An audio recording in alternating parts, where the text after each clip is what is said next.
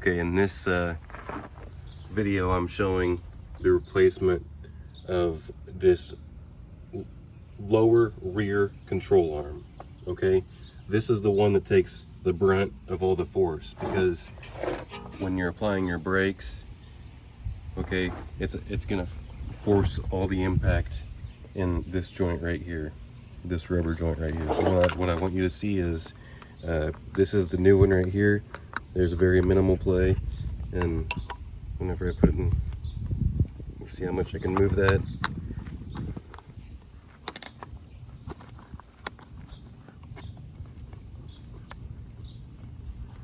All right, it's not necessarily torn or anything, but this is, I mean, pretty much completely stiff, no movement.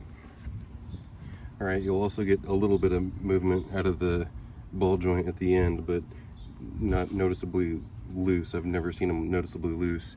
The ball joint on the front control arm, sometimes you'll hear a knocking noise from it, but this bolt right here slides out from this side. But what I want you to do before you actually tighten this bolt that goes through this bushing right here, I want you to take the jack and jack up under the knuckle.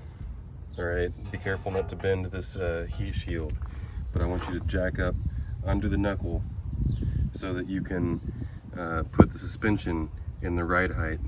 All right, and then whenever you bolt down this bushing right here, it's in relaxed position at normal ride height. For instance, when the wheel's sitting on the vehicle and the spring is loaded with the weight of the vehicle.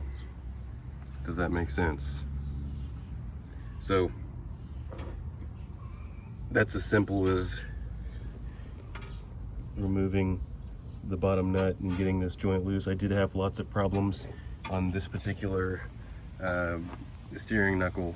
It did not want to come loose.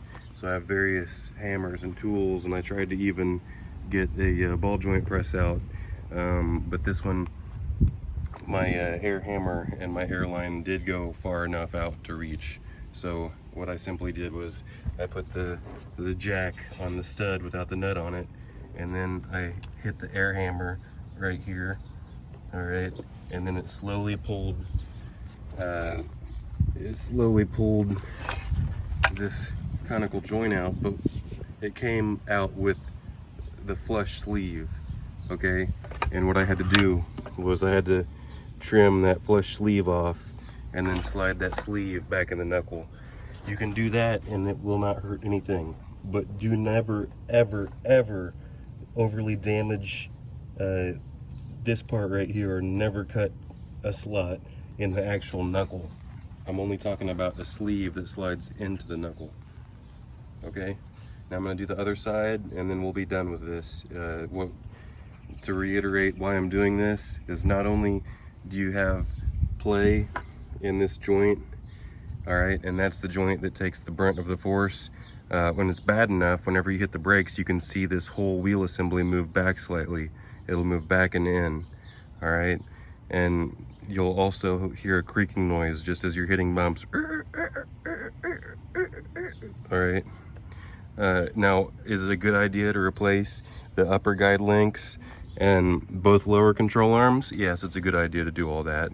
Is it a good idea to you know, go overkill on everything? Yeah, I mean, you could go overkill on everything, but you know what? It's hard enough to get this part out of the knuckle. I mean, that part right there is easy, but even experienced mechanics can struggle with getting this part out. All right, the other side will be a lot faster, since this side was as difficult as it possibly could have been, but after that, everything else is, you know, not perfect, but it's in good shape.